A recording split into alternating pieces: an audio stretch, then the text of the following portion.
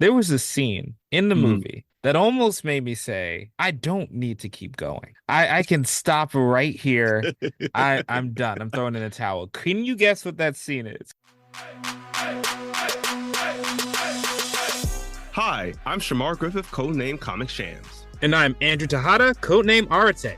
This season, we're racing through every part of the Tomorrowverse on Yet another DC animated podcast, part of the Forgotten Entertainment family.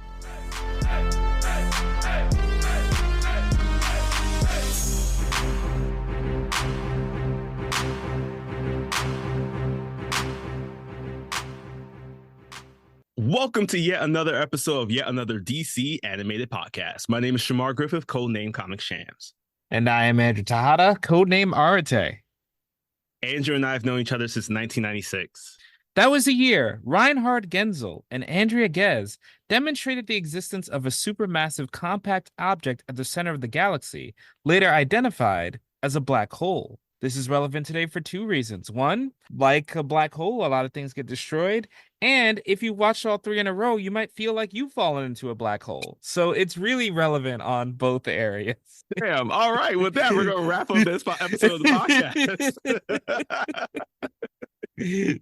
Oh yeah, because we are talking about the final part of the three-part Justice League Crisis on Infinite Earths animated trilogy. Not only the final part of this trilogy, but the final movie within this universe. And that is, once again, we've already covered the first two, so obviously this one's going to be called Justice League Crisis on Infinite Earths Part 3. This is the PG-13 rated film with a runtime of 99 minutes. Dropped basically a week since we've recorded this podcast. Actually, recording this podcast episode 2 days after it dropped. So we got some time to look through it, do some research of this movie directed by Jeff Wamster.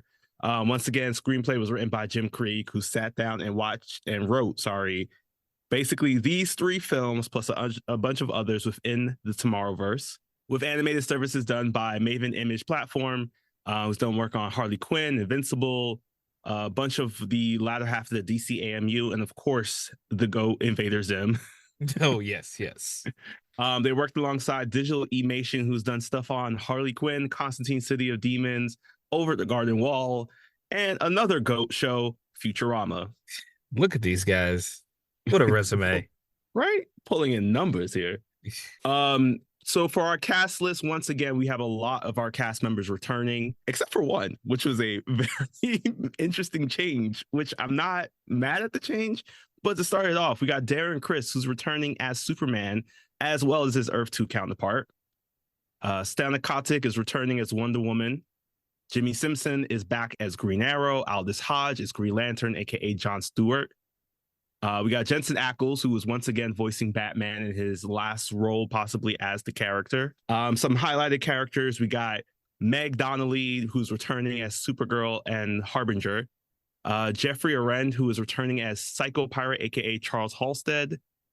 And returning in his role as the cheeky SOB of magic, we of course got Matt Ryan, who, even though had retired from the role, was like, I will do it if it's not live action, apparently. Fair enough. Fair enough. He has done everything with that character that you can possibly do at this point. Yes, he really has. Because once again, he is here as Constantine.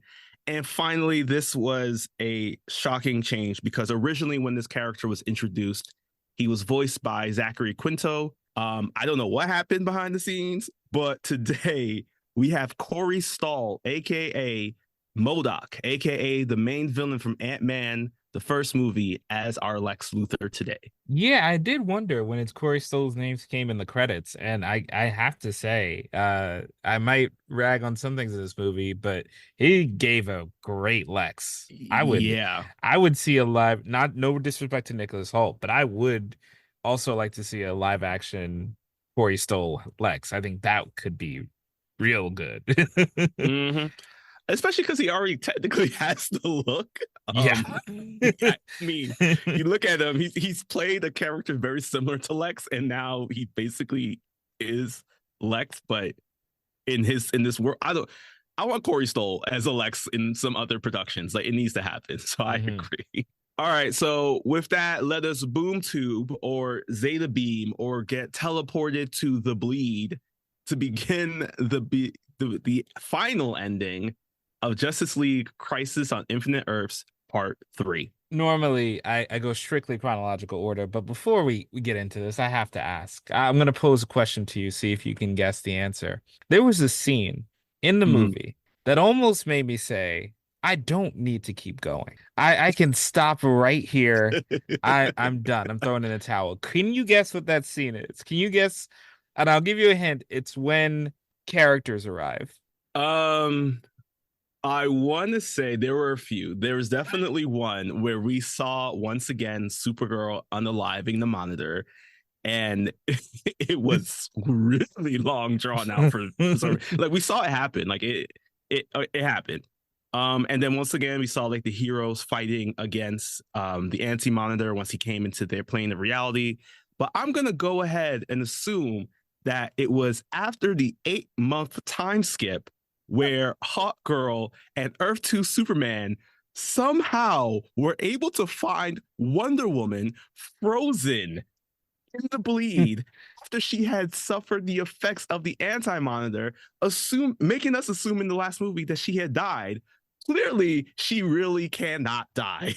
You know what? That was a close answer. That was a Oh my runner-up God. answer. But that was a great way to segue into the beginning of this movie. Yes, all of that happens.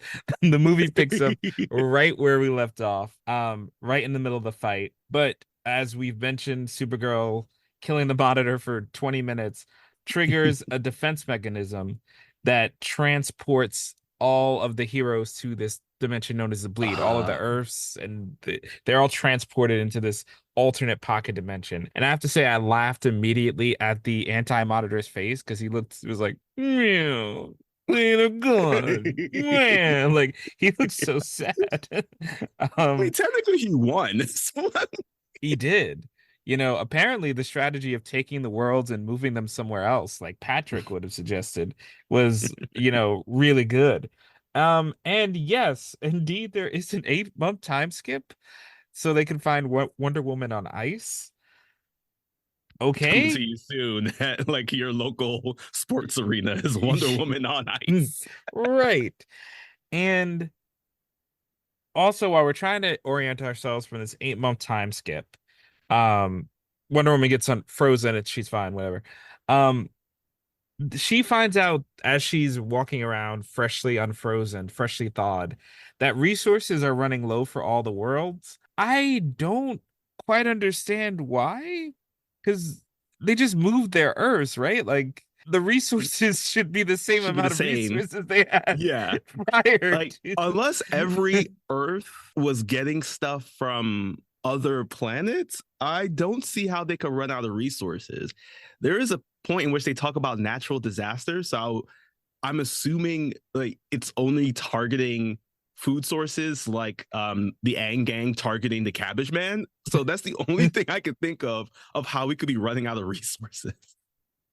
Yeah, I was confused, but speaking of confusing, there is a meeting that happens. They're going to worlds trying to address crises, and there's a meeting that happens between Black Canary and Green Arrow, which when it happened, I was like, we don't have time for this. Like she has not been introduced prior, so I don't know why we're doing this now. And I was also confused. Green Arrow doesn't know Black Canary or hasn't met a Black Canary before.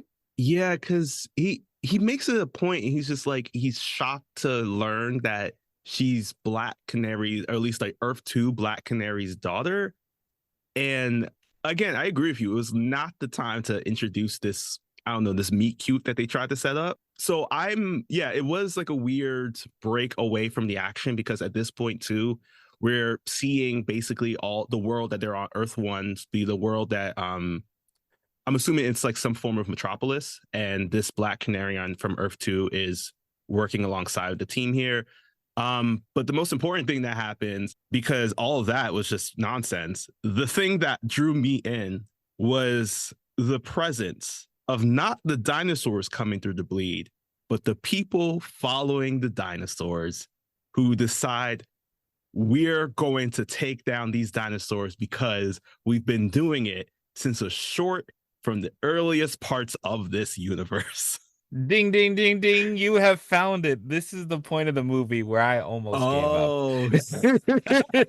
Oh, man, I feel bad because I love that scene. I was shocked to see them.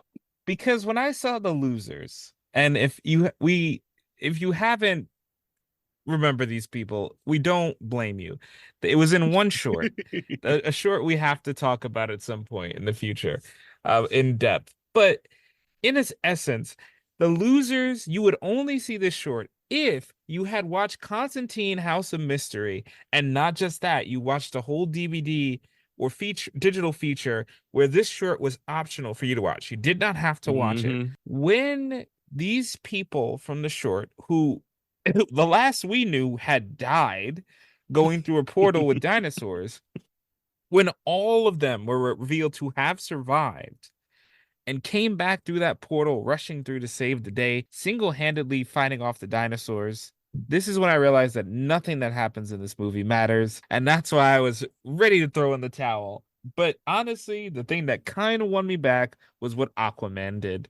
Yes, because in this moment, this is the Aquaman of Earth 146, who looks like a cut version of our classic Aquaman from the DC animated universe, not the one that we covered in our podcast, but the one that we grew up with Justice League and Justice League Unlimited.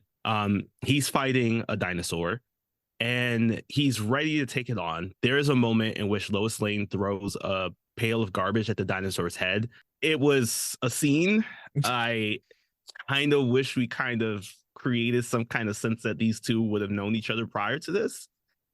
But during this fight, Aquaman is able to call on, I believe it's a Kraken, to grab the dinosaur and basically be another thing that took out the dinosaurs. And in this moment, he reveals that he did not know if he could talk to fish, but he did notice it when his other counterparts were doing this. So he was like, oh, this would be a good time to test it right when the jaws of a T-Rex are at my face to see if I could talk to fish. Luckily for him, it did.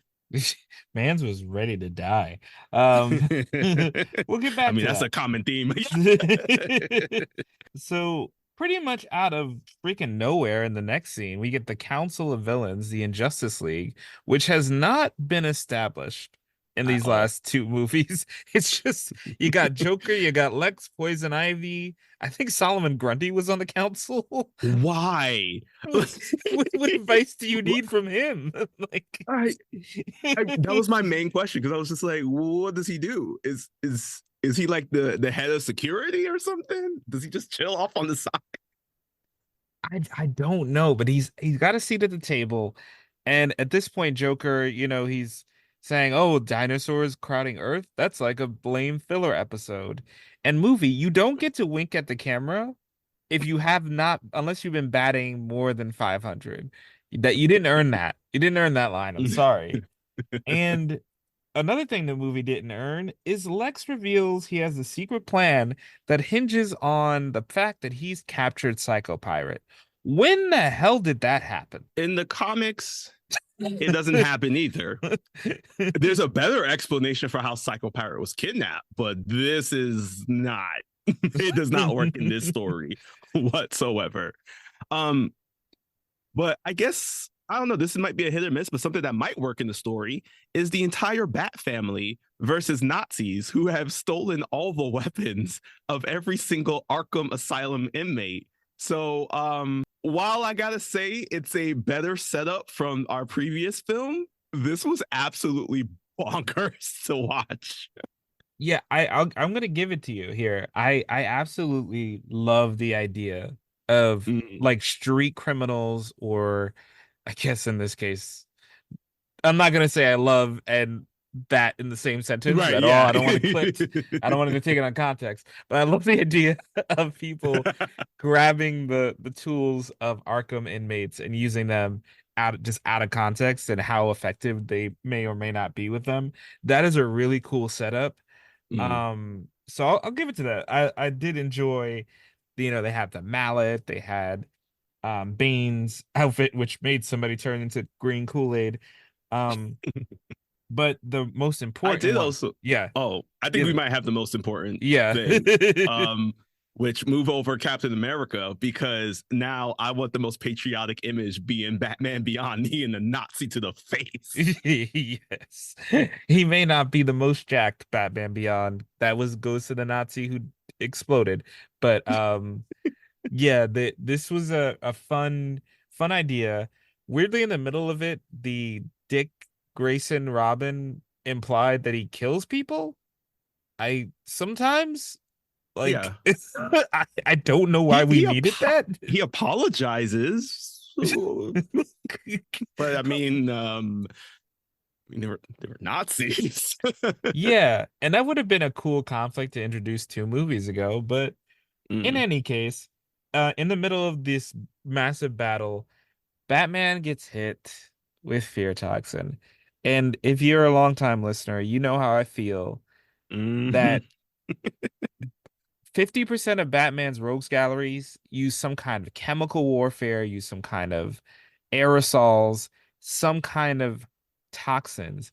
And the fact that he is not constantly prepared for this, it boggles my mind that he does not have some kind of automatic face mask or rebreather just constantly, no matter what, especially in a fight where you know everything out of Arkham is there, Yep. everything is on the table. How can you get got by fear toxin? Yeah, it is. I immediately thought of you when I saw that happen. I was just like, yo, at this point, especially because this is a Batman who, in the Long Halloween, if I remember correctly, would have faced off against a Scarecrow because in a panel shot that I remember they tried to model after the original panel in the comic, Scarecrow is one of the individuals there. So he should have something.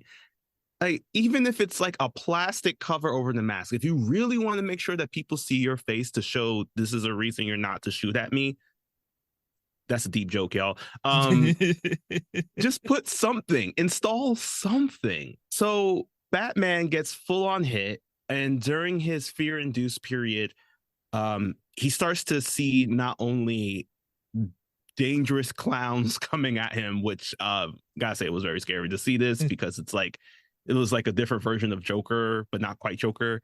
But more importantly, he remembers his time on Warworld as the barbarian Batman. And he remembers the old man that was speaking to him while he was in the lake back on Warworld. And he remembers that that person was Barry Allen the Flash. But before he can say that, he's trapped in this fear-induced state. So everybody calls for him to be sent back up onto the monitor ship, which also immediately jumps into another big thing that's happening. As we open up to the monitor ship, we have no idea how much time has passed, but we do know that Batgirl, who was in this fight originally, is now sitting at a table with Supergirl talking about her time on with the Legion of Superheroes while eating some donuts. Yeah, and they have a conversation that would not pass the Bechdel test for uninitiated. That's just two heroines, two female characters, female presenting characters have a conversation about something other than a man. They don't pass this test at all. Um, and before we're just crying out at this waste of their characters, we do get some lip service about Supergirl being depressed for killing the Anti-Monitor for 8 months. I mean, at this point, I don't know, girl. Just got you got to get over it. We Lex shows up and says that the bleed that they're all in is tearing up open, and there's a tear that appears and over Aquaman's completely water-covered Earth. And Mara calls with the baby in hand saying, Arthur, it looks like it's kind of capped for us. So maybe, take keep your cape up there and stay there up in the tower. And Aquaman's like, you know what? No, I'm gonna go down there and be with my wife. And yeah, he just decides to beam down to the earth. And I mean, is there a reality where he could have beamed Mara there with his, or at least his child? Probably. I mean, have a whole trans mad, and it's a touching moment, y'all. But at Yeah. the same time, was it the best plan?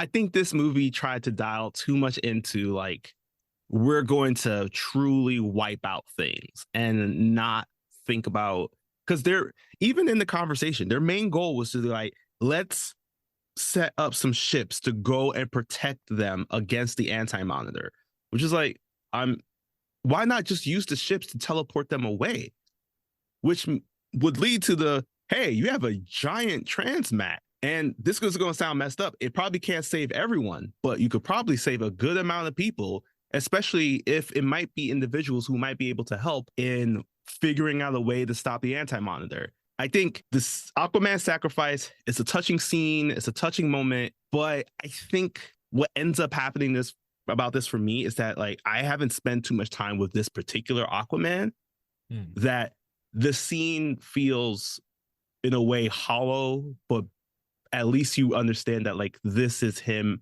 as an individual. But also it's weird to just sacrifice yourself, especially because he was like seen as one of the individuals that are supposed to help out, and now we just lost that, and now we have to spend some time figuring out what to do next as Bruce wakes up from his fear-induced state, yells out Barry. He tries to escape a place that he doesn't know, but is actually a med bay, where he is greeted by Dr. Elizabeth Chapel, aka Dr. Midnight. For anybody that watches or used to watch Stargirl, this was the character. She's now fully grown up, and I do really appreciate one line in particular that she has, in which when Bruce acknowledges her as Dr. Midnight, she says that she's retired and the world needed less capes and more doctors in this particular time. Mm-hmm. Yeah, I like that Easter egg of that payoff for those Stargirl fans who, you know, you got a good 3 seasons, but this is a good nice payoff. I also like how Batman could tell he was out for multiple days by his nail growth. Yeah. What? I was like, so nobody decided. I mean, granted, it's a whole crisis event, but no one went up and be like, yo, let's just like clip his nails real quick so that when he wakes up, he'll be fine. So yeah, just make sure you look at your nails, people, and check the growth day by day. So if you're ever knocked out for multiple days by fear toxin, you can figure it out. So after waking up, Batman suits up immediately and goes to Dr. Fate and says, look, I know this is gonna sound wild, but I have a feeling something in my memory is pointing me to Flash, the key to stopping all of this. Dr. Fate confirms, and they are like, okay, if we're gonna figure this out, we really need Constantine. And Rob, they rightfully point out, how are we gonna find Constantine? As John Stewart's like, as soon as he came to that fortress, he went off, he got drunk, and he could be on any Earth. And Robin's like, well, don't you know you have the world's greatest detective? And Batman pretty much finds him instantly. Yeah, I'm mad about this because like you could have at least included one more scene in between before immediately showing us Constantine, who's now on Earth 18. It's similar, I'm assuming, to the same world that Wonder Woman was trapped on when we first opened up to the movie Warworld. It's that same saloon. Unsure if it takes place like after the events of when she was there, because again, this is a different Earth. So while Constantine is trying to use close-up magic, I gotta say it's actually pretty okay with the using the dislocating thumb and all that. So while he's doing that and trying to use his close-up magic to try to see if he can get somebody to buy him a bottle, this is when the heroes walk in. It is a team of Wonder Woman, Batman, Dr. Fate, and John Stewart. Again, this is John Stewart because in the last movie, he gave up the power of the Green Lantern ring. So he is just now a normal citizen. There is at one point where I really want them to finish the comment, because one of the cowboys jumped up and was like, hey, everyone, look, and this is when John says, you better be careful how you finish that statement. And I need to know, what was the end?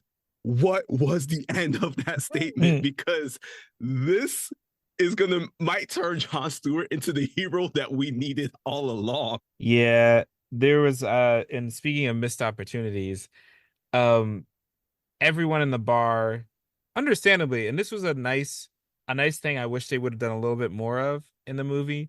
But everybody in the bar is like, yo, ever since about 8 months ago, everybody didn't come to our bar. Aliens, spacemen, are we just supposed to take it? This is our Earth, and y'all just keep coming in and just invading.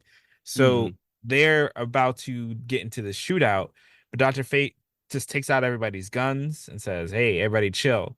But a fist fight breaks out. This is the missed opportunity. This is probably one of the laziest fist fights I've seen in a DC animated movie. And I keep, I still am from the highs of Batman versus Robin when Batman mm, was piecing up Talon with that 6-6-2 combo, under body shot, head, uppercut, elbow, stab. Like, I may be a little bit spoiled, but this fight had no life in it. It was just mm. you have Wonder Woman, Batman, and John Stewart, and they're just throwing punches, like regular punches or throws. You have Dr. Fate delivering the final punch. What is happening with the choreo here? But no one be seated. The fight is over, but you know who's here? Batlash. Flash.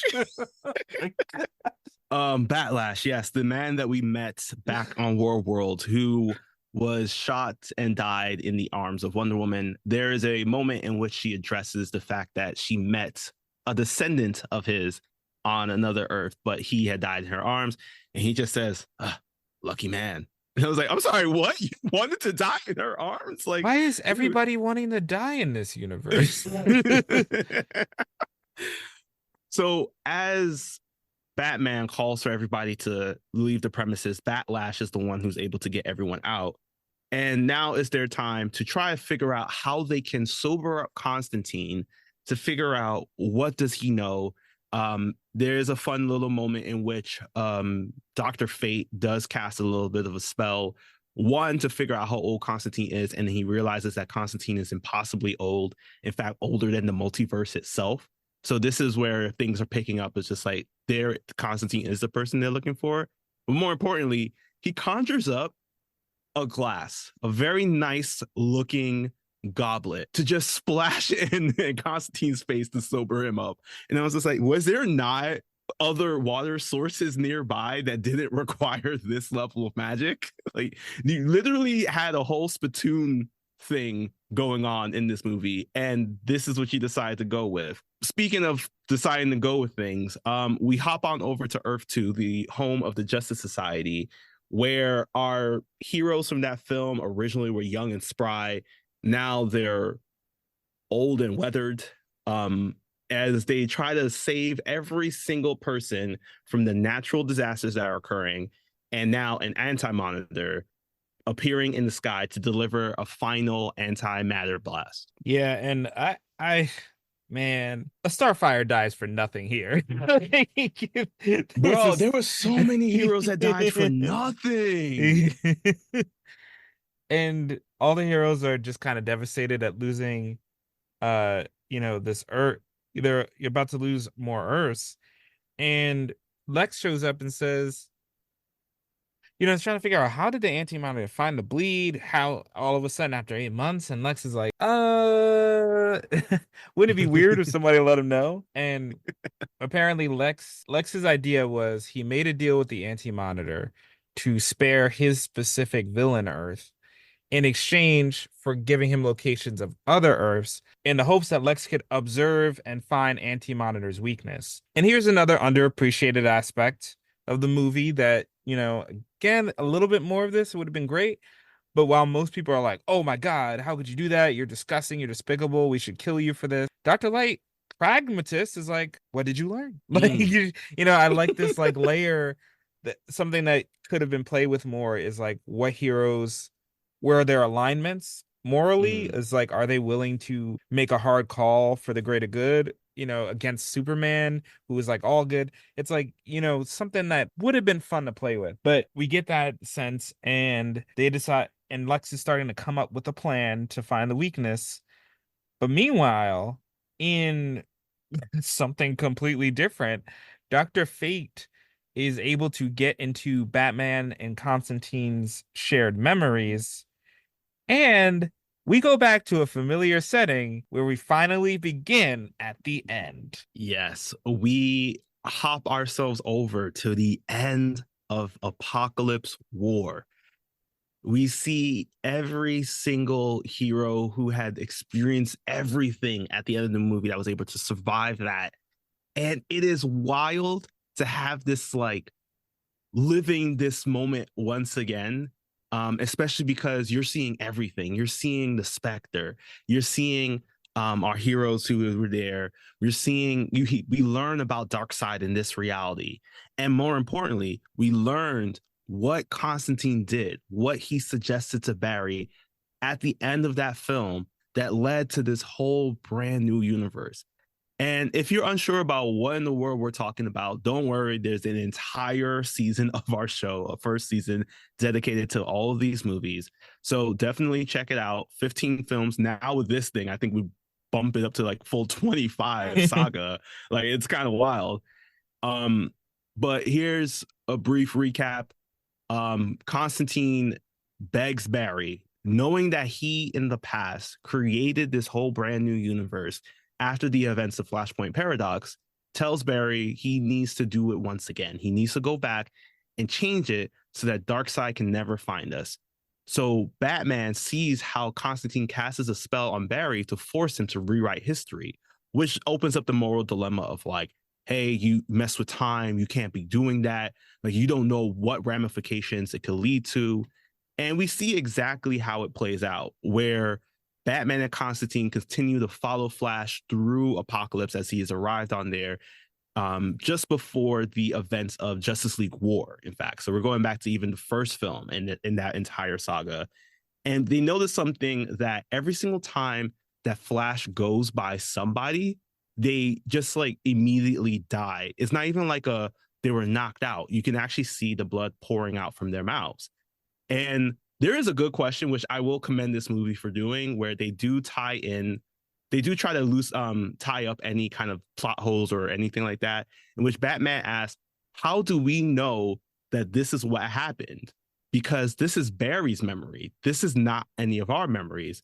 And this is when Constantine reveals that the spell that he cast, is a very dark source of magic that would require for him to apply a bit of his soul to it. So this is why they're able to see what's happening, because he had also technically tagged along for the ride.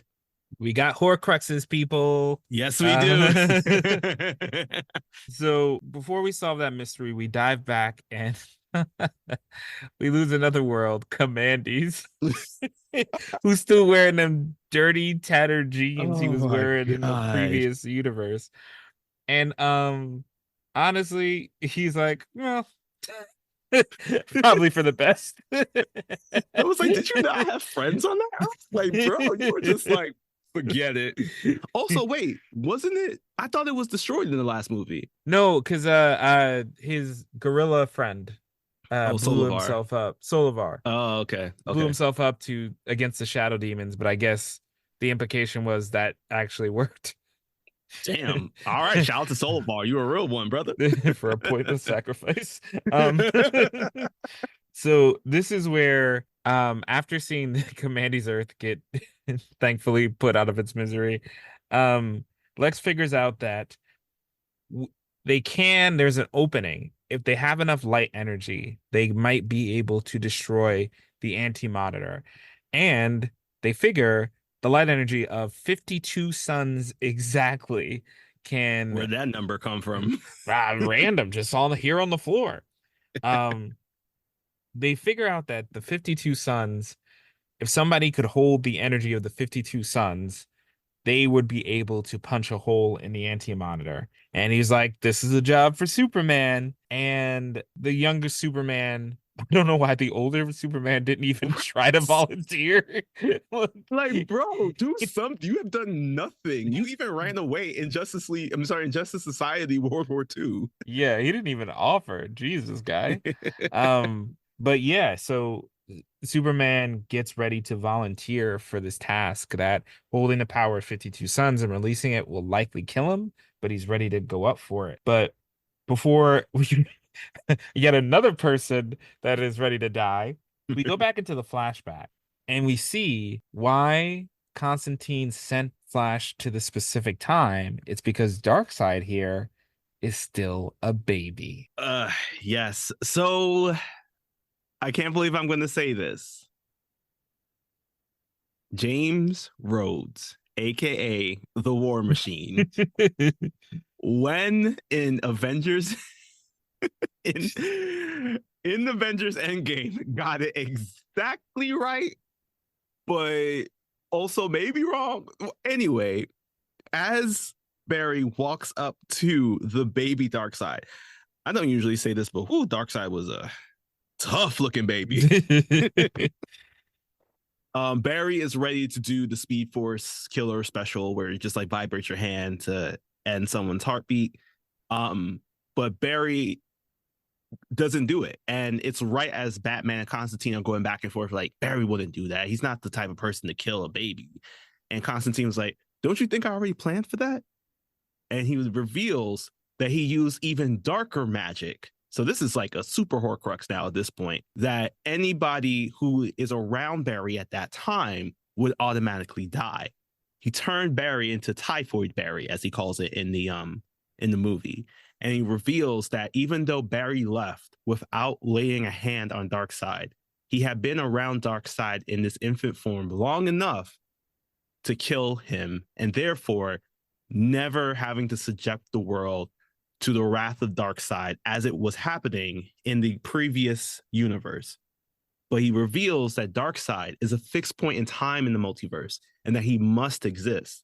So that's why now they're experiencing all of these moments of the anti-monitors trying to destroy reality because there was no Darkseid to keep things quelled. So I'm gonna say I absolutely love this twist. I admittedly I'm a huge fan of the Constantine plotline and how it's snuck in, but I think this is the perfect end to Barry's story because it was constantly alluded to that he committed a crime that he had to pay for, and now we finally see what that crime was.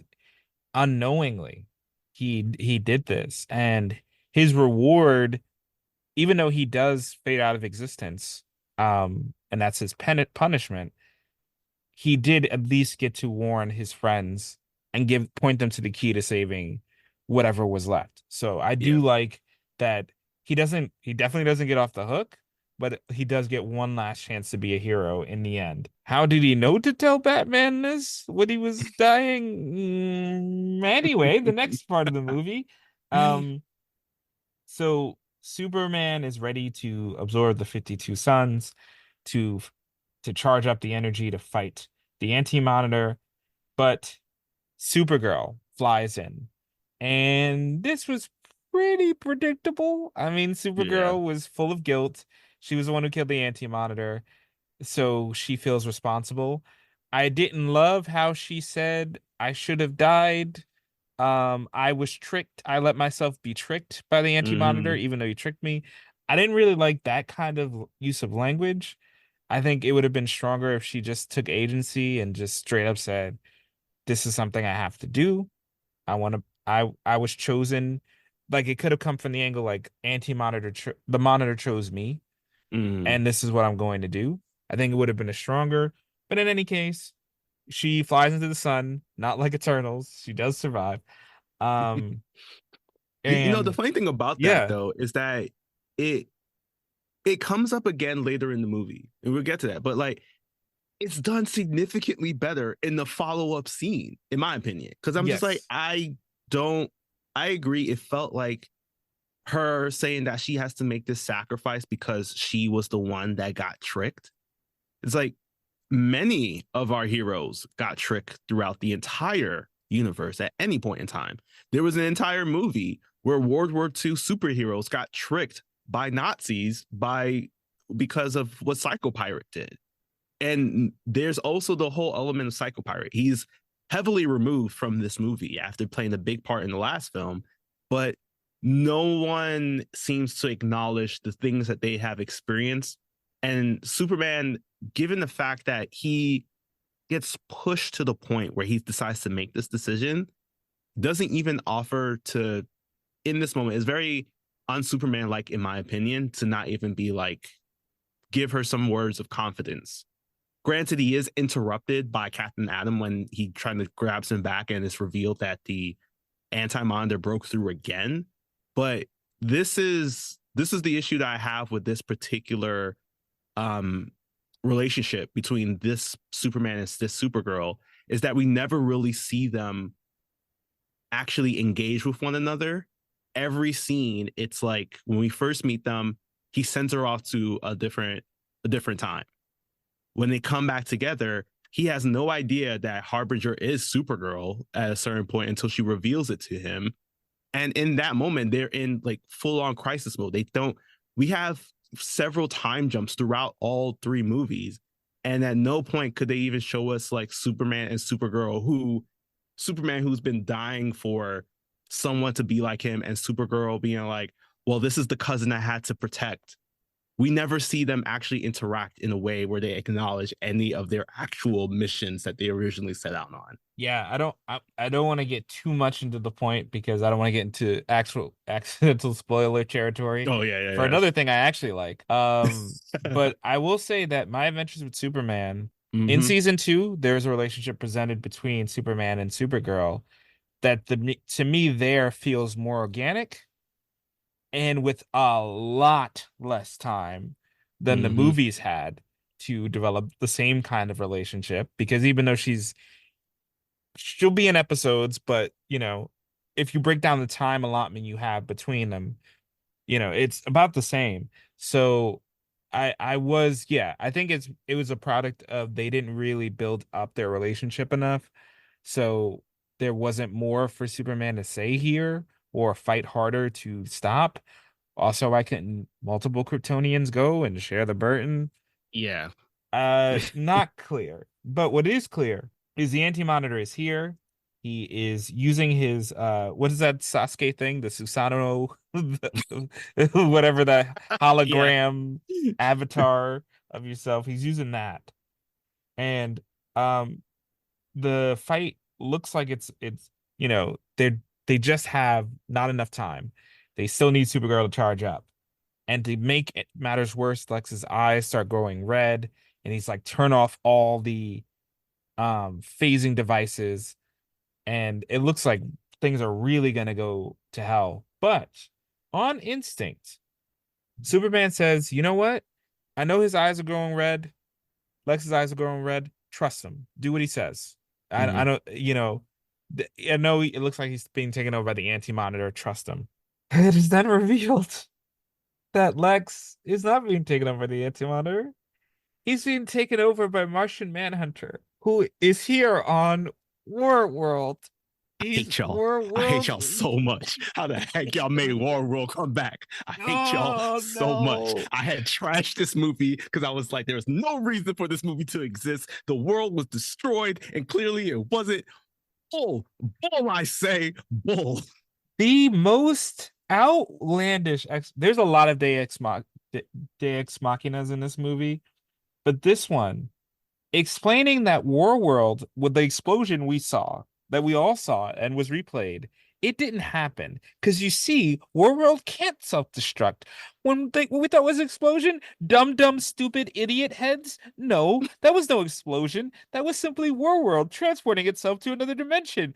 Idiots. Don't you know?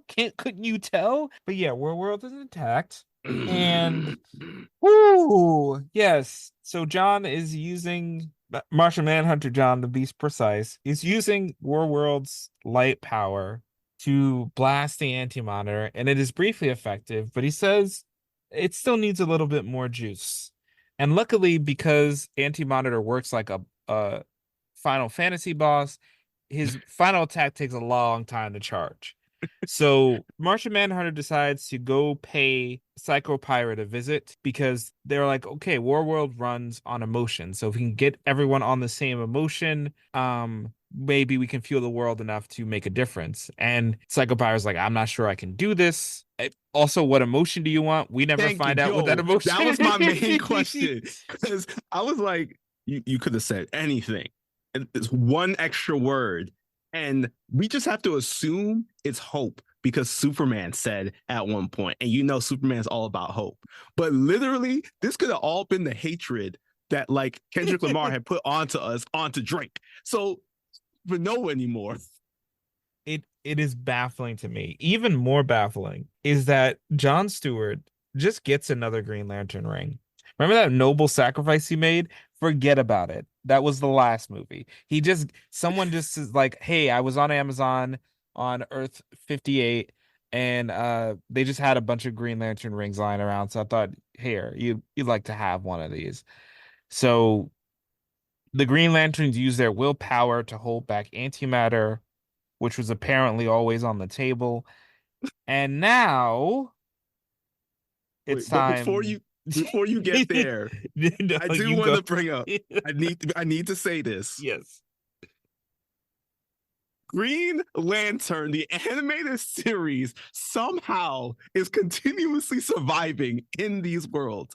Because two of the Green Lanterns, which actually wraps up a plot point, but also confuses a plot point from Young Justice and that original Green Lantern animated show, is that we have the appearance of Blue Lantern Razor, who in the Rocket arc of Young Justice had become a red and blue lantern. So I don't know what happened where he decided to go back to just blue.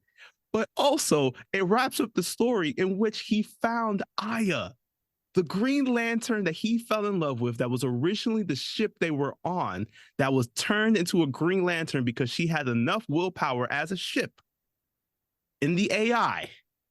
So they found each other. And this was just a straight up fan service Easter egg moment for people who love DC animation. Did I appreciate seeing the two of them together finally once again? Yes. Did I want a bigger payoff because of the fact that that show had fans' hearts wrenched for years because we knew we were never going to be able, even at the end of Young Justice, he was still on the search to find Aya, and you just put the two of them together, and now we're here, and I'm mad. I'm so mad because like I needed more dialogue between how the heck that happened. It is just truly baffling, the cameos. They started out fun, but at this stage of the game, it is just too late for cameos like this. So while the Green Lanterns are Green Lanterning and the Psycho Pirate is stretching his mind to the brink to put everybody on every Earth in the same emotion, it's basically a spirit bomb, you know? And I was hoping he could just say, like, everybody, can you hope a little bit? But Supergirl is now finally charged. Martian Manhunter uses the collected hope of the multiverse to blast a hole in the Anti-Monitor.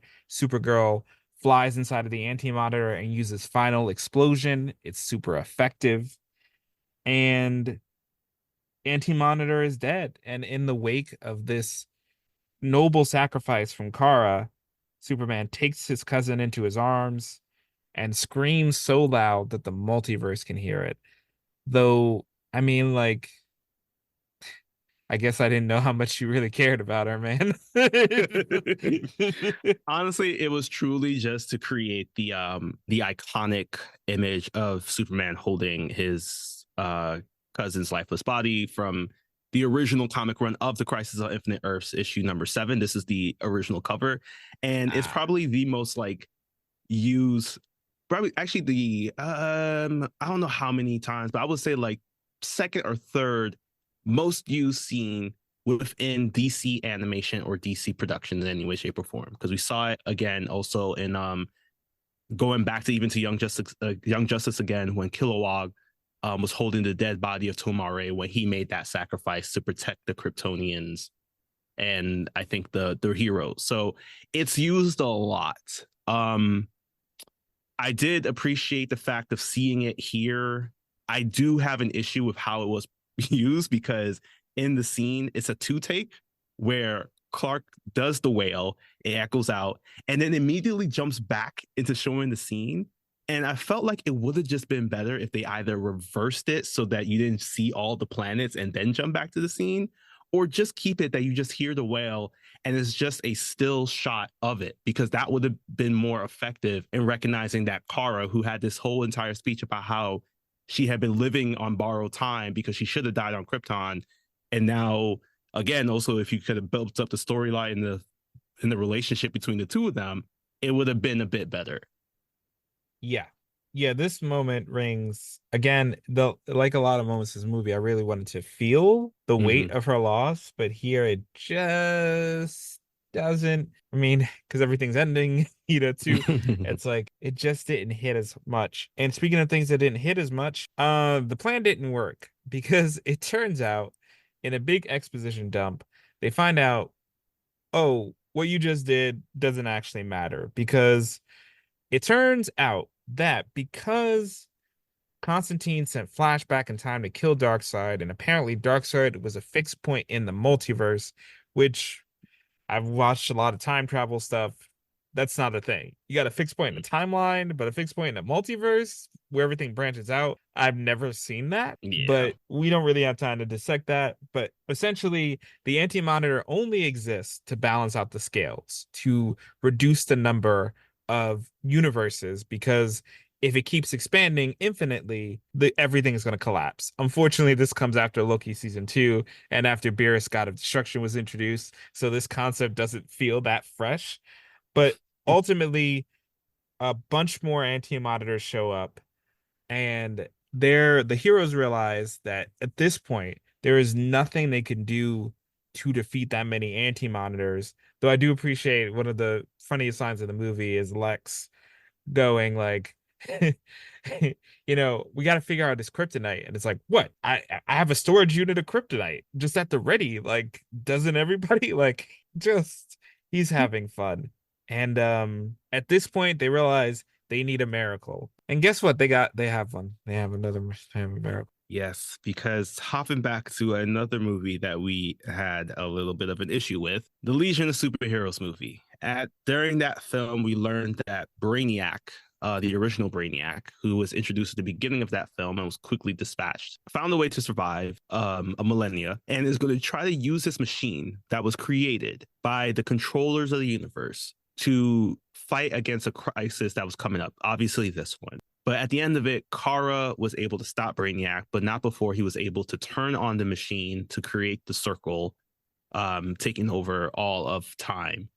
And she uses the opportunity at the end of the film to send the miracle machine back into a plane of existence that they're not in. And this is all told by Batgirl, because in that one random scene in which they were sitting down eating donuts, which felt right after Bruce had just inhaled that straight up fear toxin to the face, they were able to have this entire conversation. So Batgirl reveals that the miracle machine is the thing that can help them. More importantly, they're like, we have no way of getting to the miracle machine because it exists in the space between realities. And they were like, we can obviously use a teleporter. Psycho Pirate is unavailable, but we have another. And we're introduced to There is another. We're introduced to the ultimate side character in this entire film, in this entire series, in fact, who barely had any speaking lines in the last film, if any, and had probably one in the previous film to that. We have Nightshade, who reveals that she can teleport across the street or from her apartment to the store. She can't teleport between realities. And again, you're right. This movie has a lot of Deus Machinas where Martian Manhunter is just like, but you can do it. And he touches her face and immediately teleports them there. And I just need to know, how was that possible? Also, this is another sign of, back from our first film in this, people need to stop touching people's faces without consent. Yes. Like, it really needs to stop. Yeah, I mean, like, this comes out of so left field about her doubt about using her power.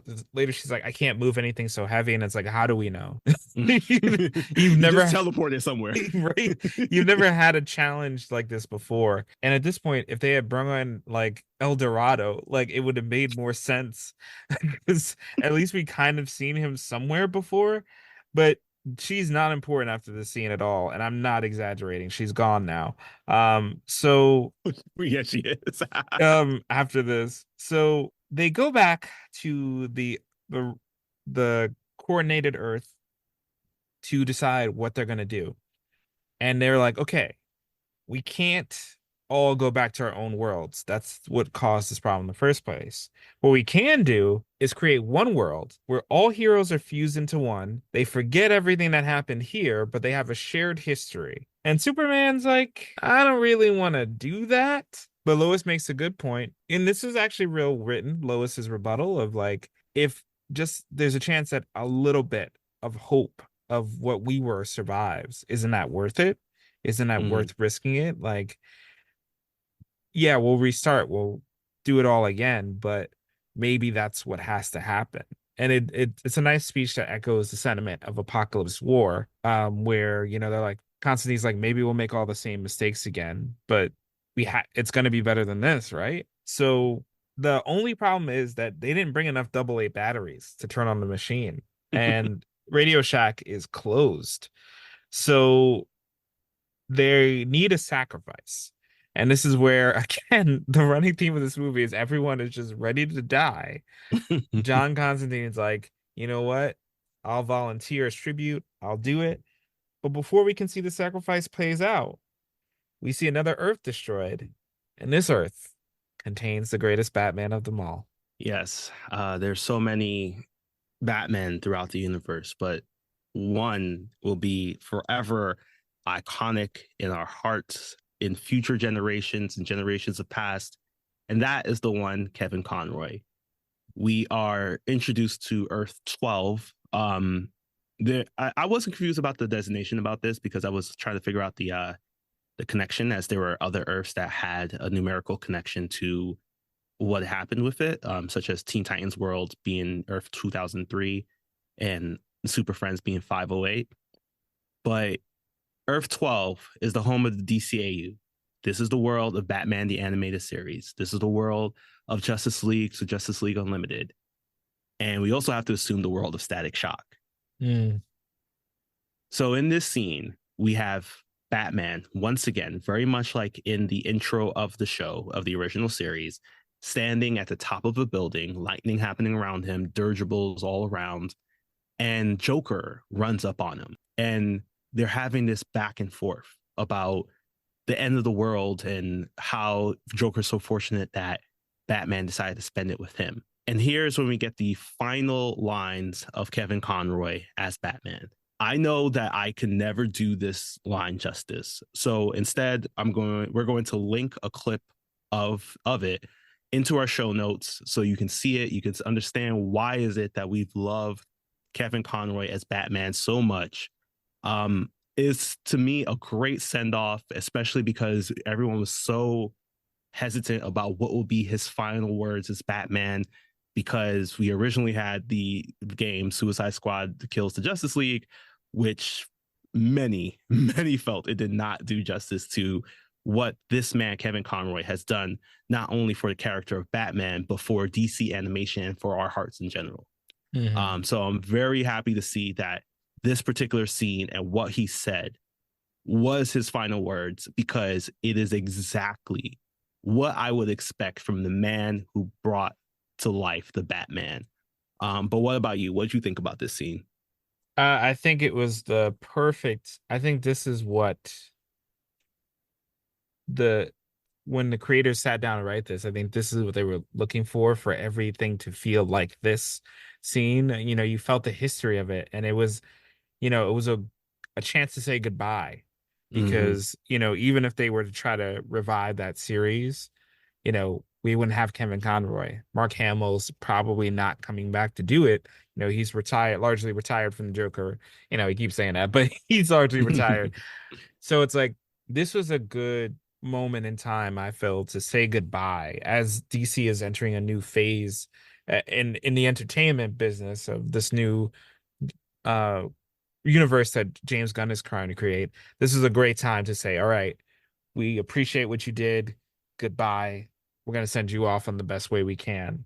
And I really felt a pang when that world went, when the Justice League went. We saw, an older John and an older Shaira looking at each other, and that was really striking.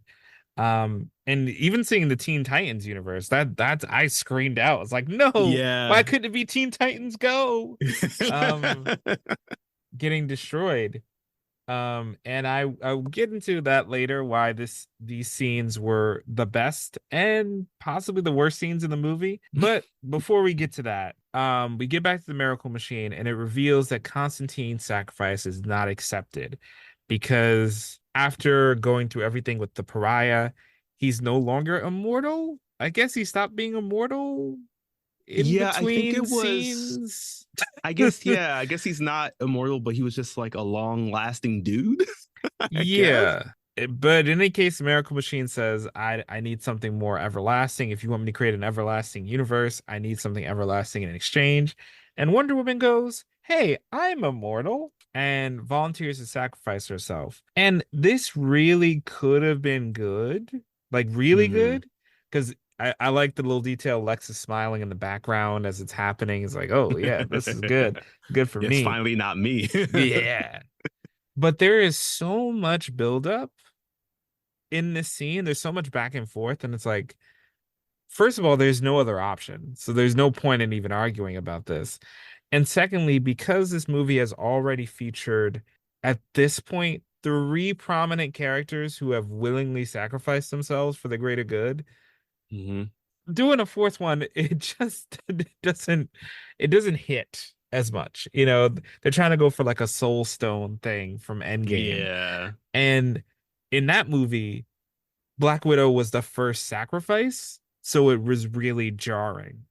Mhm. But here it's like this is like the sacrifice conga, so it really did not do much for me. Um, as she sets down her lasso for the last time. I don't know. Did you feel it? Did you feel after her reunion with Batlash, you were connected to Wonder Woman? No, not really, especially not so much in this film because it felt as if, to be honest, last film I felt more connected to Wonder Woman, Mm, mainly because during that film she talks about being alone. Even though we learned in the first film she has her Earth 2 Superman Clark. But we know her history of like everybody that is around her tends to die. Steve Trevor, Batlash, these men that she loved die. And then she finds herself with Superman, who is more or less like he's like anti-immortal. I don't even know how to really call it. mm, He can die, but it won't be for a very long time. So it's this moment where it's just like she feels alone. And then, like in the second movie, she finds her Amazon sisters on another Earth and she sacrifices herself there.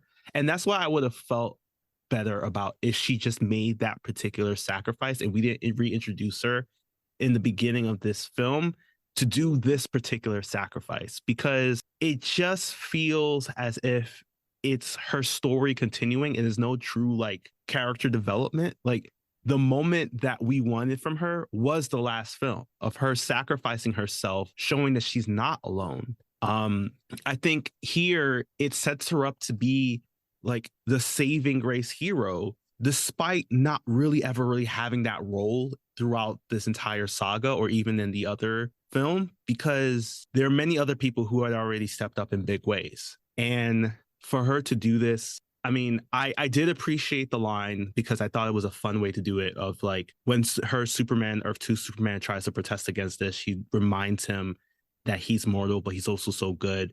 But the most important thing is that he's mortal and that this is not a job for Superman. mm. Um, I definitely gotta say someone cooked with that line. Someone was like, they understood that this line needed to be said, and especially from Wonder Woman.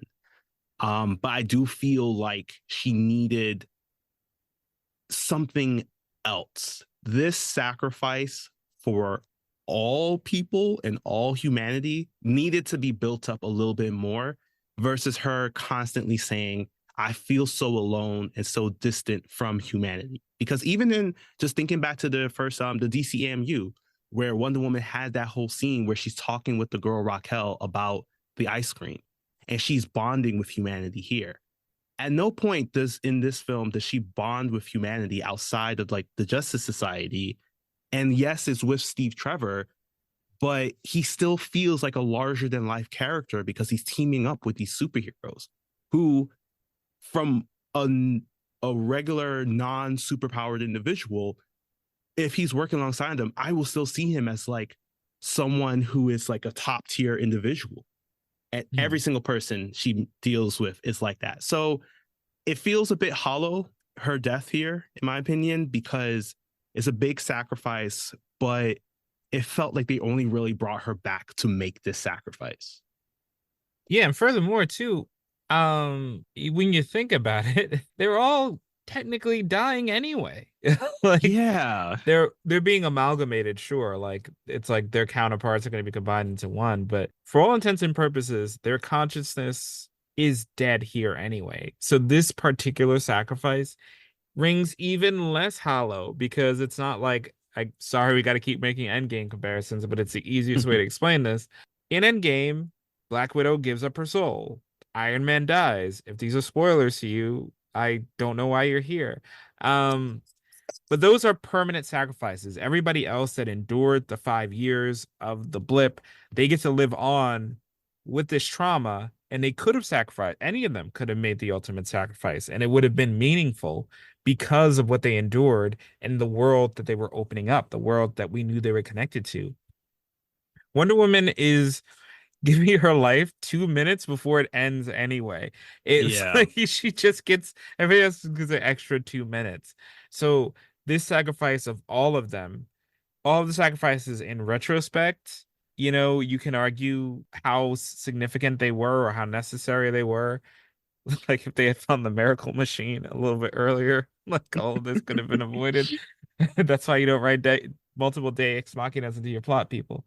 Um, but yeah, so this one feels especially dull and not that inspired, but it does open a portal to the unified Earth where Commandy chooses to go back to Yo, his my brother in horrible Christ. Earth. Why? Why? You spent 4 movies and a short going off about this, and you still chose this life? That's on you. You wanted the punishment. That's what I'm gonna say to this. I mean, his logic is like he wants to try to make the world better, but I don't know, dude. I think Wouldn't I it would be better just to take the go W. before the Yeah, before the whole great disaster happened? It they warned people. you could prevent it maybe. I don't know. And Batman also hesitates because he turns to the Huntress. Well, he turns to Helena and's like, it took me to the end of the world to really trust people. What if that doesn't happen in this universe? And she's just like, suck it up, let's go. Essentially. Basically. Yeah, I mean, it is like Batman empirically, if there are tons of universes where you have sidekicks and children, isn't it just statistically more likely that you will do that in this universe? It's like you were the outlier, bro, not the rule. Um, Oh, I was gonna say that I did love, because I thought it was just funny. The scenes of one particular character, the Question. oh yeah, yes. Yo, the Question is the biggest hater I've ever met in my entire life because he sees this Earth and he's just like, you know what? Nah, I don't want it. And it immediately reminded me of that video of the guy who just stands there and he was just like, and basically almost like this: your plan, whack; your Earth, whack; your history, whack; your idea to put me on this and take out my memories, whack. And the question just decides, I don't want none of it. So I'm gonna just die with the multiverse. Why, my brother? Why? And that's why Renee Montoya will be the Question in Yes, it was. DC and Yup. James Gunn's DC universe. Yeah, because speaking of other people that make a similar choice, after Lex says you're welcome, again, Corey Stoll killing it in this movie. Killing it, killing it. Um, Constantine says well, I'm not going in there. Like I gotta pay the bill. Looks like I'm going to hell. And Spectre's like, maybe not. And he and Constantine walk off into the antimatter being destroyed universe. What does that mean? That maybe if they feel like it, Spectre and Constantine can come back one day. I guess that's what that means, but there's no real resolution. Just like maybe there's some hope. Maybe I can show you some hope. Does Constantine deserve it? Mm. A Personally, I think it would have been good to just drop him off on that Earth. Like, Yeah. risk him breaking anything else. But Constantine goes with the Spectre and also Psycho Pirate. He's dead, I guess. They don't really clarify. Yeah. Maybe Um, he's dead. I don't know. Unless Probably. he, by some miracle, he's also like Wonder Woman and just gets encased in ice. Which again, I don't. Someone please explain how that was possible. I just really need to know. Like, I get immortality. I don't get destruction of matter leads to individual turns to ice. That doesn't make sense to me. That's just the scientific method in this multiverse bleed. But speaking of Wonder Woman, we've come to the end of our 3 movie journey, the end of a culminated universe.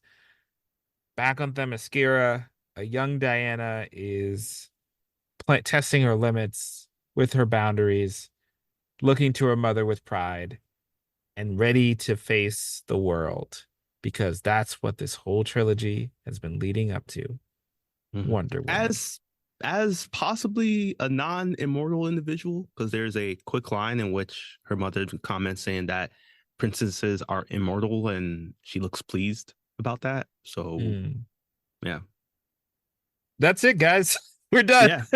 Yep. that's, We do that's get how one this final ends. beat where we see it in honor of Kevin Conroy. But Mm. yeah, that is our film. That is Justice League Crisis on Infinite Earths, the entire trilogy, the culmination of not only the Tomorrowverse, but also a little bit of the DCAMU, the New 52 universe. So 2013 to 2024, basically, that was the entire thing that we saw. I wonder if other movies and other universes got destroyed, like the Batman and Soul of the Dragon, or I'm hoping for Andrew's case, Batman Unlimited was also destroyed in Please, that. please. But with that, with this ending, we have to figure out how many, I guess, how many inches of nails that Batman could have possibly have grown during his his 8-day coma are you giving this movie? Um, I was tempted to say 3 just to match the part 3, but I feel okay. We've seen things that are worse than this. I'm gonna give this. I'm gonna give this a 4.5, and I feel like that's as generous as I can be here. This movie does not feel like the culmination of Hmm. anything. The stories it does manage to finish, you have to really think about. It manages to conclude Wonder Woman's story. Hmm. Um, and I guess Martian Manhunters, but there's no satisfying conclusion to Constantine's really. And after all this buildup, after everything we've been through with him, he just kind of walks into the distance with the Spectre, which isn't quite enough for me. I liked everything else, and largely his stuff helped keep me into this movie, unwrapping what happened with him in the Flash. That was really interesting. But it is really baffling to me that the main characters coming into this movie, Batman, Wonder Woman, and Superman, Hmm. that of the 3, only 2 of them get much to do in this movie. Like Yeah. anybody could have done Batman's stuff. Anyone could have done it. Superman was primarily there because the other one had never met Supergirl before. So there was really a lack of point of view character. The Antimatter was absolutely boring here. Yeah. And I don't think he even said anything in this He did movie. not. It Even when he was getting hit, there was no sound. is bizarre because in the last movie he was so sinister. He had such a presence, such an Hmm. aura, and here it's just he's just reduced to a faceless, mindless drone. even after we find out his motivations. But principally, what drags this movie down is the fact that I could not personally, and I hope other people out here could have, but I could not get emotionally invested in anything that was happening on screen. And this leads directly into my alteration. The reason before I said that we had three scenes that were the best and worst thing about the movie is because I felt something. Mhm. When I just seeing the T alone, I felt Yep. more than I felt for the deaths of Supergirl, Wonder Woman, and Aquaman combined, just by seeing the T being destroyed. So, what this movie really missed is if you're going to destroy worlds, we mentioned this in part two, but it bears repeating. If you are going to destroy worlds, you must build them up, not just by the fact that we know about them from other things. In the thing you are creating something that has a beginning and middle and an end.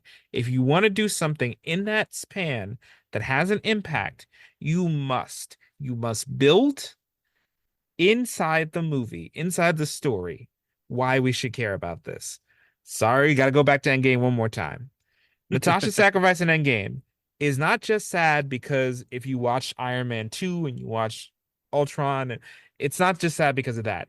In the movie, they establish her as one of the survivors. She has survivor's guilt for being left there on Earth while so many people were snapped away. She feels bad for her friend Clint, who she could not give hope. She could not save his family, and goes to him promising, I will save your family if you come with me. I will pull you out of Mhm. the darkness if you do that. So when she gives her life to make sure that Clint has a family, to make sure everyone on Earth goes back, that means something. Because in this one story, you made sure that if you did not know who Black Widow was, you would feel something by the end of this movie.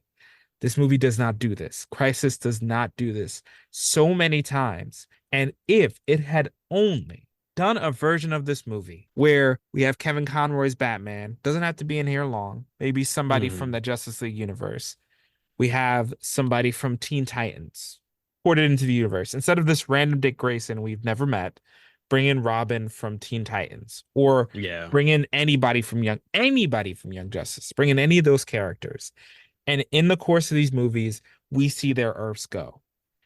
Then, when they're on the ship watching their Earths die, if you took out that Aquaman that we saw, with the water planet, water world, and instead you put in Static.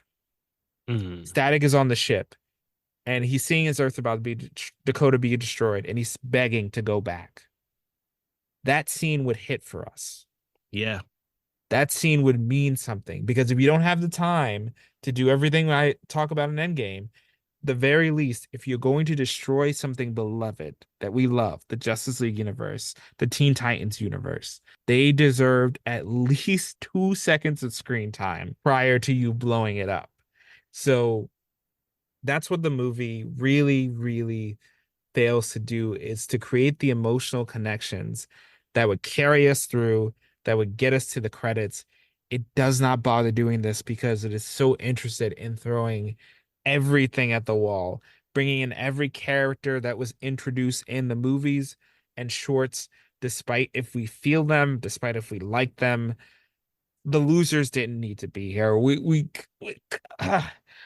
so that's why this movie just it fails at the culmination. It I can say it succeeds at story, and there's enough fun character moments that it doesn't fall lower than an unlimited, but it does fail in so many areas. And I had so much hope at the beginning of this trilogy, and like the Flash, it has disappeared in this crisis. So that's my final score. Where are you with the culmination of this universe? Before I give my final score, I do want to highlight something you said about not including Static in here. Um, because he is such a beloved character, especially when you look at the BIPOC community. the fact that he wasn't even represented in here, like we saw some scenes of like Black Lightning when on speaking roles. It has upset me now a little bit because we've had in the last few years at least two interactions about this Green Lantern, Razor, Blue Lantern, the Green Lantern Aya story. And Static has constantly been like a side character. And I know that they're trying to build up now to try to create something where Static was in the universe of the DC universe. But more importantly, I know in the comics right now, he is completely removed from the DC universe and is in Milestone. But at the same time, they could have definitely included something, some kind of mention. And it's from as a BIPOC individual, I am now a little bit more upset over the fact that like this was 3 movies in which you could have easily done just even a cameo appearance. He didn't need to save the world. He could have literally done anything where he popped up. And even going to highlight another universe where another show where X-Men 97 introduced a character not a part of the X-Men in a cameo appearance. That could have been done here. And the fact that it wasn't, and we kind of just like dive back into this other story of these other characters who already had a recent opportunity to be seen is very upsetting. And originally I was going to kind of give this movie some grace. But bringing that to mind, I think I'm going to have to actually drop my rating on this. And instead of giving it the 6.5 that I originally intended, I am going to give it a 5 because they were not really using every character to their disposal, especially as a world ending scenario. You could have easily dropped in something for Static, a sound snippet, just even a familiar street. You don't need to have everything, but there were some characters who have gotten a lot of face time, and especially with this Aquaman, who we had never been introduced to outside of this film, of this entire trilogy, who again barely had any speaking lines. There were more opportunities to include more characters, especially if you're planning to restart the whole thing. So with the 5, I will say that there was, though, some of the things that brought it up to a 6 for me was that I love Corey Stoll's interpretation of Lex Luthor in this film. I think it was spot on. It was exactly what I wanted from a Lex Luthor, someone who's smarmy. Like that line when he was just like, I can feel Lois Lane's glaring eyeballs on me. And I'm going to be honest, I was the one that sold you all out. That was key writing. I think that was one of the moments that I did have like a strong emotion to, because I was like, dang, Lex really is that dude. The other thing too was, again, Kevin Conroy's scene. Amazingly well done, amazingly well written, much better than what we were expected, especially since a lot of us were worried after the whole scene with this Suicide Squad kills the Justice League in that video game. So that was one thing. The other thing that I thought was cool, animation sequences. The scene in which Supergirl is traveling around the sun and she's now supercharged and is like flying through. Really well done animation. That was key. That was so good. It actually made me interested in the Supergirl that we've been following her story for this entire time, for these last couple of movies. So I think they did great jobs in certain key aspects. The thing that I did feel like it was a little bit of a fall was that there's so much packed into this one movie. So much so that I was just like, literally some of this stuff could have been put into the second movie, and they just decided not to. The second movie is basically, as Joker said, the filler episode. So why aren't we getting those stronger scenes? Like in the very beginning, we could have at least had the teleportation of all the worlds to the bleed. We could have had it be that was the end, versus our heroes seeing the actualized Anti-Monitor, who was a big presence in the second film, but it just seems to be nothing in the third film. Like there was this whole scene of him in the second film talking with Psycho Paradox, like, why do you do what you do? Explain to me what I am. And it felt like he was evolving. But in this, we learned that he's just basically one of the many antibodies come to help stop the multiverse from expanding. So you basically nerf what has been the biggest threat in this whole entire crisis after building him up so well in the previous film. So, and I also agree with like a lot of the scenes about certain Earths. Like, I felt more emotion in certain Earths dying than I did in certain other scenes. Um, I did kind of wish they'd moved around some things. Like there were the two Earths that died were Earth 2 and Earth 146, where they had these big poignant moments. I get it; those needed to happen because they happen in their universe. But I think, and going back to actually not going to an Endgame reference, I'm going to do a Crisis on Infinite Earths reference from the CW, where they actually show and have that strong level of emotion from Earths that aren't even in that reality. Like I felt it when Batman 89's Earth was gone. I felt it when the Titans Earth was gone, even though, you know, we have our thoughts about Titans. Like, there were a lot, even Stargirl's Earth, there were a lot of moments in which it just felt like, because we are just introduced to these random one-off Earths, that it feels hollow. And I understand, like, it makes sense you feeling that emotion in the movie, but because we really have no connection to the heroes who are losing that Earth, it falls short, except for the last set where we lost the Super Friends Earth, because I know that was an Earth that was very big in opening the door to a lot of DC animation that we have now. And I do have one issue with the loss of Earth 12, and this is strictly continuity issue about costume design.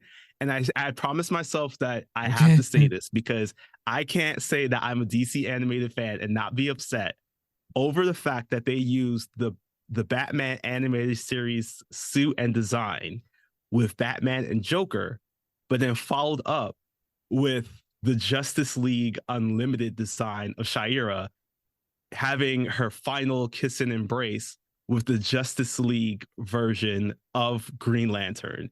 So, to just those keeping track at home, the Batman was too early for both Justice League versions that we saw, and John Stewart was too early for the Shayera Hawkgirl version that we saw.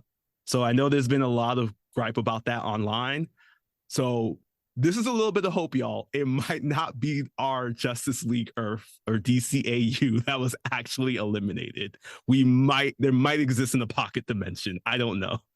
Yeah, there's been a lot of talk about you know, what were our childhood Earths truly destroyed or not? And honestly, they're talking about the comparisons between Crisis. That could be an episode in itself, hint hint. But what we can say from experience is CW once made a big deal of like, okay, we're destroying all the live action universes and there's only going to be one, only to in the very end of that crossover completely kind of disregard that by showing that clearly multiple Earths survive.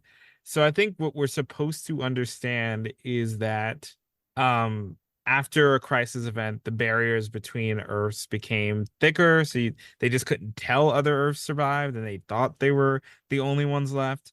So yes, your universe might be out there, because also Harley Quinn, the animated series, My Adventures with Superman, and Suicide Isekai are still running right now. So they're all there. So it stands to reason some other Earths survive too.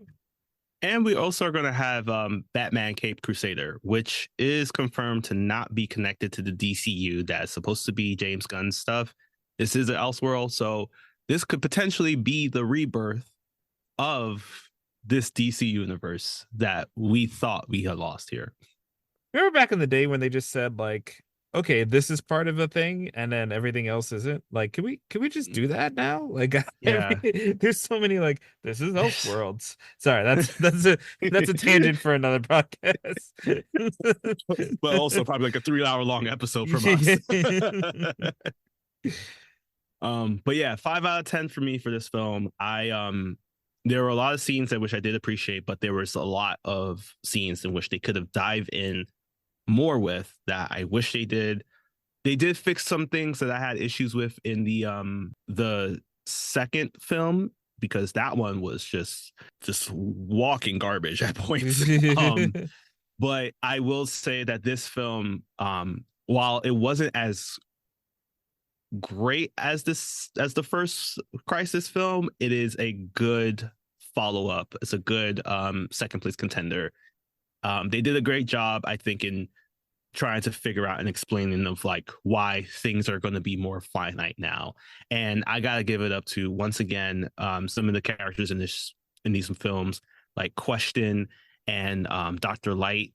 The two of them, their banter, their wittiness is what really moved along some scenes, especially because Dr. Light, she just, oh man, like her commentary on things is what I aspire to have in my own life. So I really, really appreciated the scenes that we got to see with them.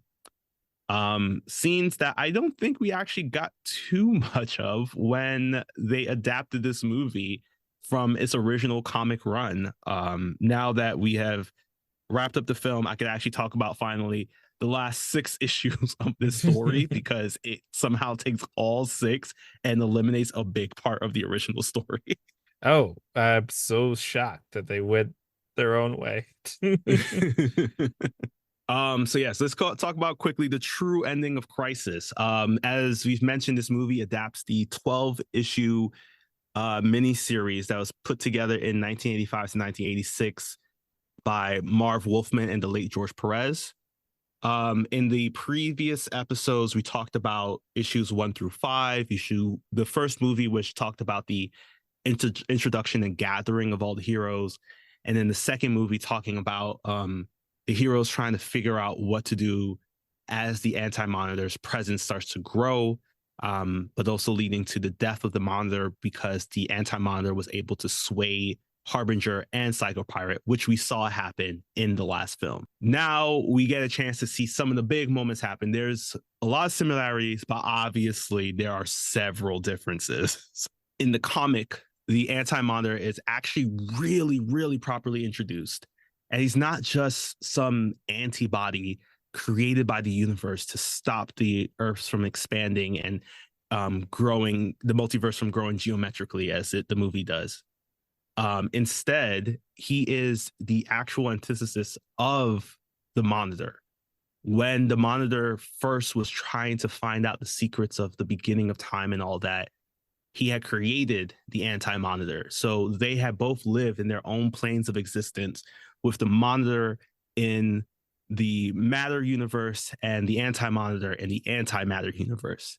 But as the stories grew of different individuals and superheroes and different worlds had to be created, the Anti-Monitor felt that his antimatter universe started to become smaller because the matter universe started to occupy more space. And he does follow through the same thing where he tries to get the heroes to, especially when it comes to Harbinger and Psycho Pirate, to try to sway the heroes. He does do the thing where he sends out the shadow demons, not making a Jackie Chan Adventures reference there. And he does all of this leading into the final battles. And some of the things that happen there are, we have, of course, similarity. Supergirl does die in the final battle. But it's not in the way to kill the Monitor. It's actually, she's fighting the Monitor hand to hand in order to give her allies some time, and her cousin, a fighting chance to get to their next stage. So she actually jumps in between to take on the Anti-Monitor, but loses her life in the result. And that is where, in issue number 7, we get the comic cover of Superman holding his Earth 1 Superman holding his cousin dead in his arms. And that is a image that's been basically, as I mentioned, done so many times throughout DC animation and DC comics. As I mentioned, the Anti-Monitor wasn't just the antibody. He was literally the parallel version of the Monitor. Both of them are watching because they are the watchers.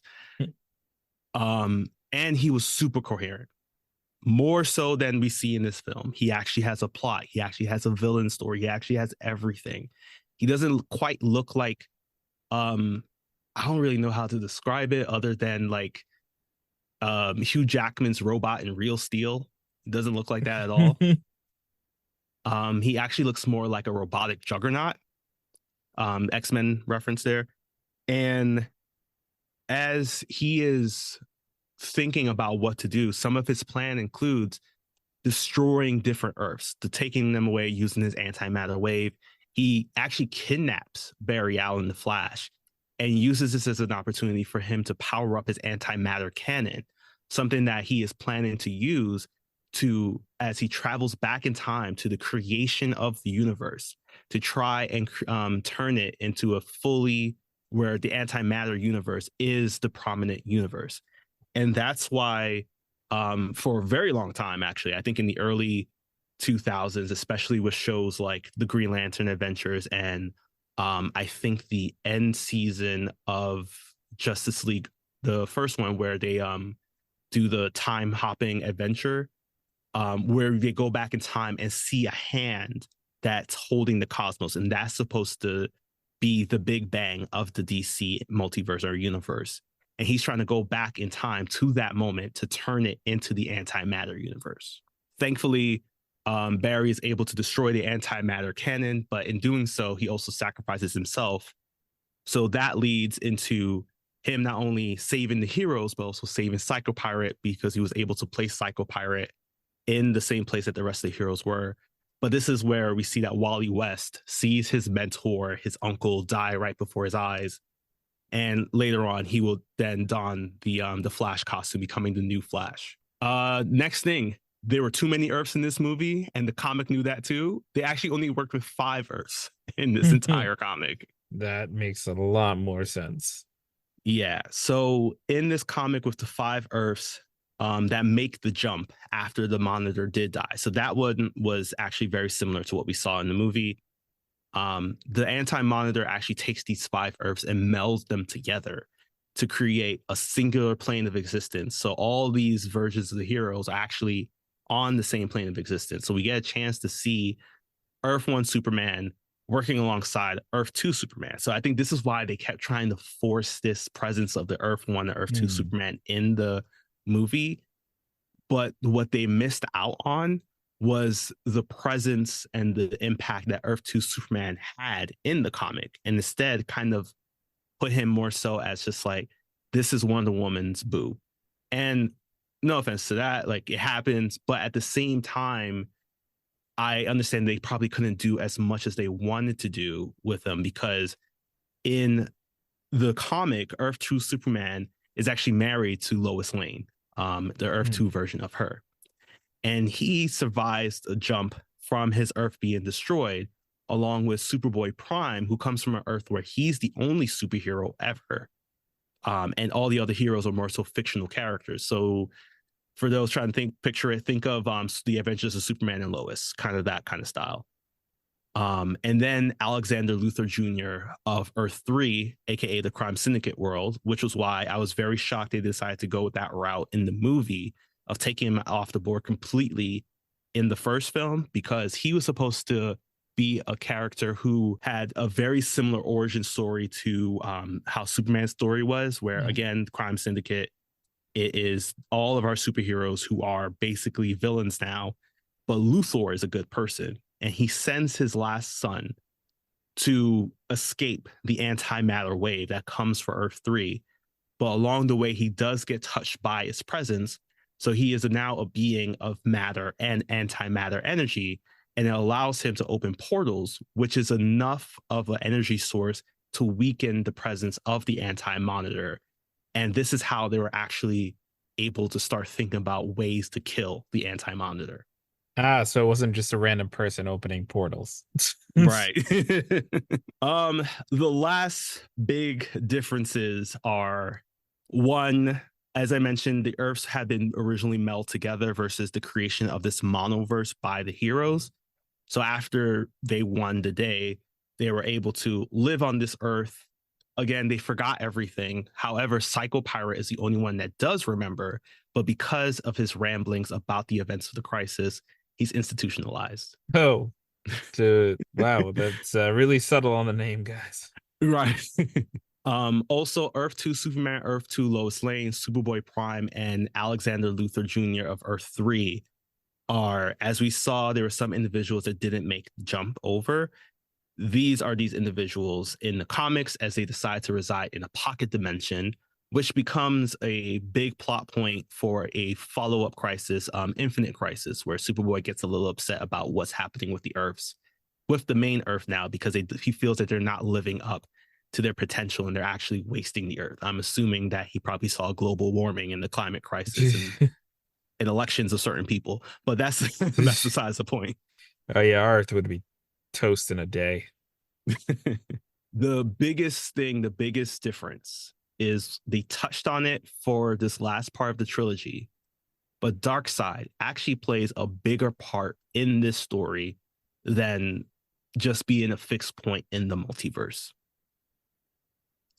And that we have to look back on the last film of the DCAMU, where Darkseid ends the universe by fighting against another individual. In this book, in this story, in this 12-issue comic that would revolutionize the DC universe as a whole, Darkseid is fighting and kills the Anti-Monitor and tells the heroes, I only did this as a favor because if anyone's going to take over the universe, it's going to be me. Just letting you know, after this, we are not friends. I'm fighting him, and he also had help with the Spectre, who was able to. This is why the Spectre is in our movie today, because he was also able to guide the heroes onto their next stage, while also trying to hold back the Anti-Monitor from doing too much. Because, as I mentioned, the Anti-Monitor had traveled to the past to try to influence the just basically creation, and Spectre was like, no. Wrath of God here is telling you that's no good. So he teamed up with Darkseid, and the final battle is Darkseid versus the Anti-Monitor, and Darkseid is able to kill the Anti-Monitor. But once again, not before letting the heroes know that this is just one favor that y'all will never remember again. Everybody gets one. So yeah, those were the main differences. Obviously, there's some smaller changes that happen as well. Some characters that don't pop up in our movie or don't pop up in the comic that happen to be a bigger deal in the in either production. But for the main part, those are the main differences. But the thing that I'm gravitating to the most now is that this is the second adaptation of the Crisis on Infinite Earth story. We have the original comic, so I'm not going to really ask what are your thoughts about that. But rather, I'm going to talk about the one that was created at the height of COVID. The one that was created that basically marked the beginning of the end of the Arrowverse. So live action televised CWDC world.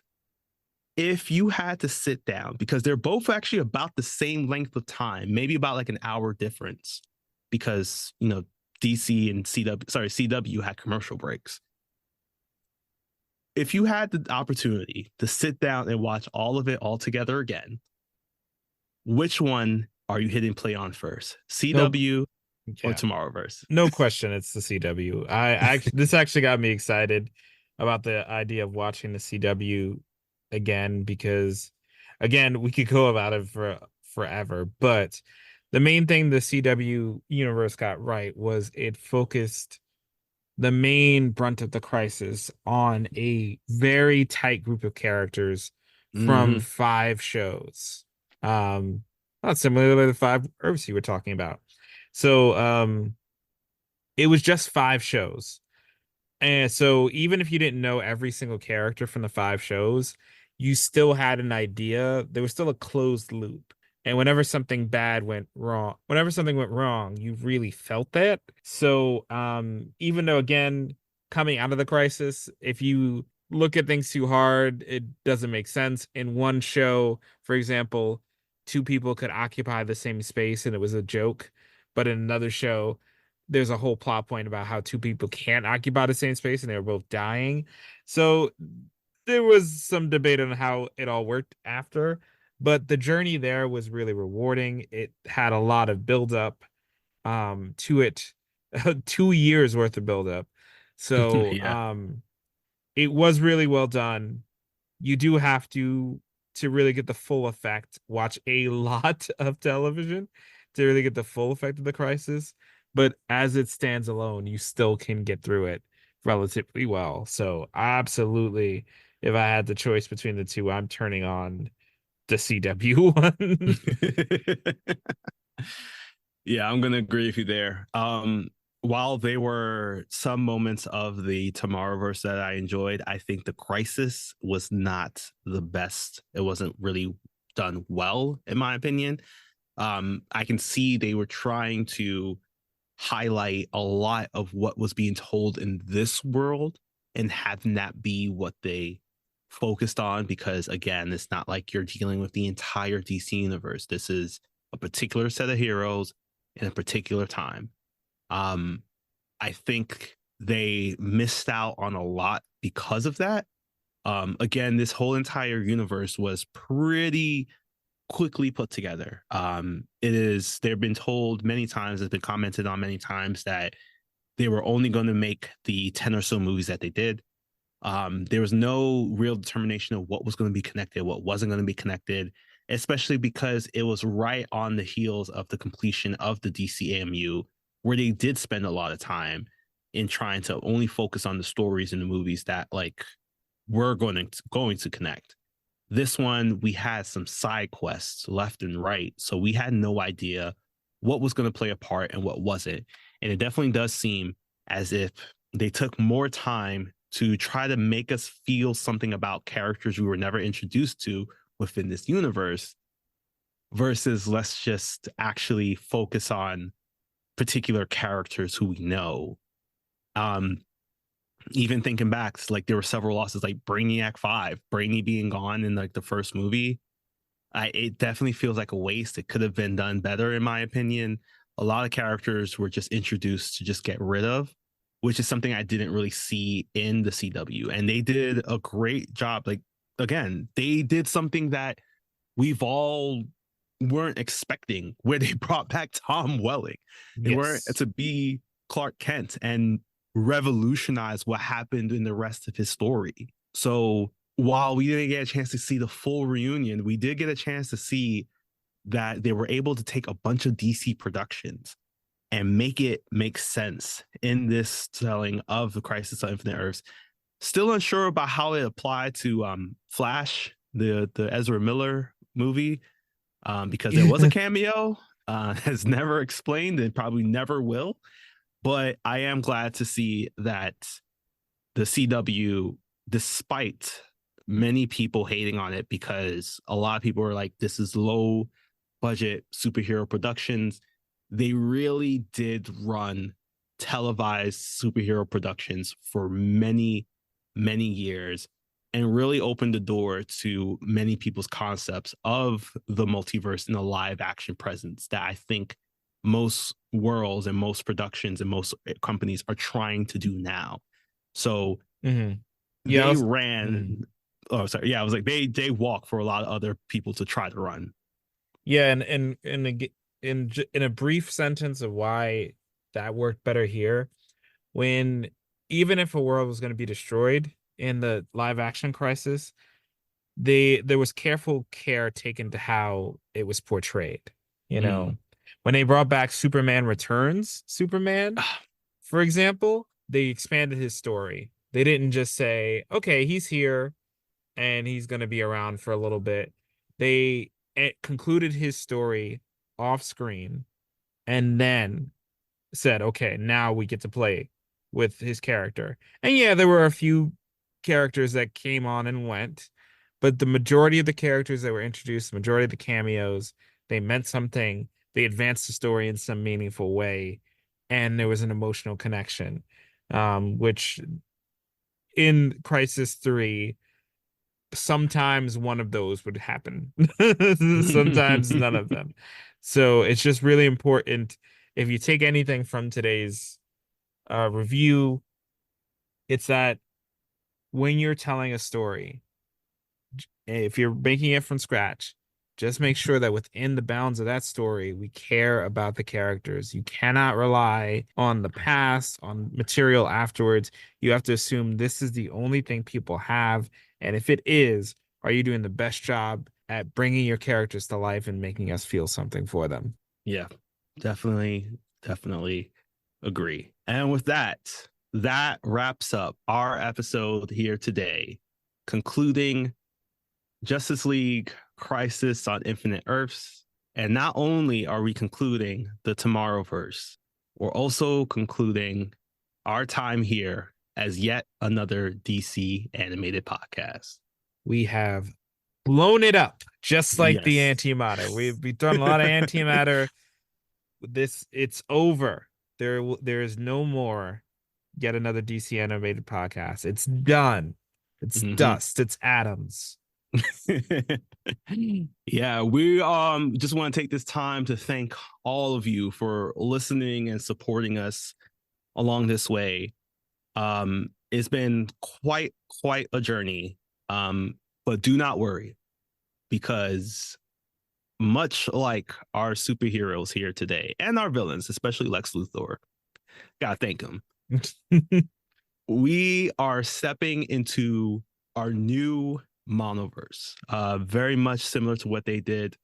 We are also creating brand new stories under the new moniker of Cape or Cap, a Black Nerd superhero podcast. Yeah, this is our one world now. So we'll put all the Black people in one world. No, it's for everybody. It's for everybody. But just branding wise, we're changing the name. It's gonna be it's familiar, but a little bit different. Yes. And we'll explain it all. So keep an eye out for our next episode that will explain the change. You can find out when that's going to drop on our social medias. For more updates, once again, just look at YADC Animated Pod across Instagram, Facebook, X, formerly known as Twitter. You can find out some more details of what to expect when this change and when this change will actually occur. But as of right now, we are definitely ending yet another DC animated podcast. So once again, thank you all for listening. We appreciate the support that you've all provided us throughout the time that we've been here. If you're still loving this show, definitely feel free to support us either through a one-time gift or a monthly donation, either through Buy Me a Coffee or Patreon, respectively. You can always find these episodes available across Apple, Spotify, YouTube, or wherever else you're getting your daily content of us. Take care of yourselves and know that much like our heroes taking their step into this new Earth, yet another DC animated podcast may be gone, but will always be a part of what we're going to do next. Thank you for all the memories. Thank you for sticking with us. We're not going anywhere. We're just shifting into this new era. So, watch out for what comes next. And we're excited to bring it to you. Yeah. Don't be like The Question. No, don't walk into a volcano or anything. We're here. All right, y'all. Take care.